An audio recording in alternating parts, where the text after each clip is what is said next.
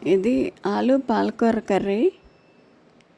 మనం పాలకూర టమాటా వేసి ఇదివరకు వండేవాళ్ళం కదా, అట్లా కాకుండా అప్పుడు రాళ్ళు వస్తున్నాయని అది మానేస్తాం కదా, అలా కాకుండా ఇట్లా పాలకూర ఆలుతో వండుతున్నాం అన్నమాట.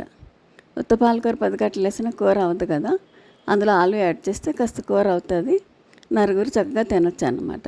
దీనికి 2 ఉల్లిపాయలు, 2 ఆలుగడ్డలు, 4 కట్టలు పాలకూర కావాలి. అన్నీ క్లీన్ చేసి పెట్టుకుని కట్ చేసి పెట్టుకుంటే ఇట్లా బాణల్లో 2 స్పూన్ల ఆయిల్ పోసి పెద్ద గరిటెతో జీలకర్ర, ఎండుమిరపకాయ వేపుతామన్నమాట. ఎల్లుల్లిపాయ వేసి ముక్కలు కట్ చేసి, తర్వాత ఉల్లిపాయలు 2 కట్ చేసి పెట్టుకుని వేసుకుని బాగా వేగిన తర్వాత ఒక స్పూను, చిన్న స్పూన్తో 1 స్పూన్ సాల్ట్, 1/2 స్పూను పసుపు వేసి బాగా కలుపుకోవాలి.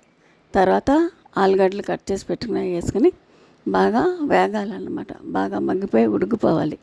3/4 కంటే ఎక్కువే అవి బాగా ఉడికిన తర్వాత పాలకూర వేసుకుంటాం అన్నమాట. ఇది ఉడకపోతే 2 ఒకేసారి వేస్తే పాలకూర మగ్గిపోద్ది, ఆలు మగ్గదు. అందుకని బాగా ఆలు మగ్గిపోయి ఉడికింది అనుకున్నప్పుడు పాలకూర వేసుకోవాలి.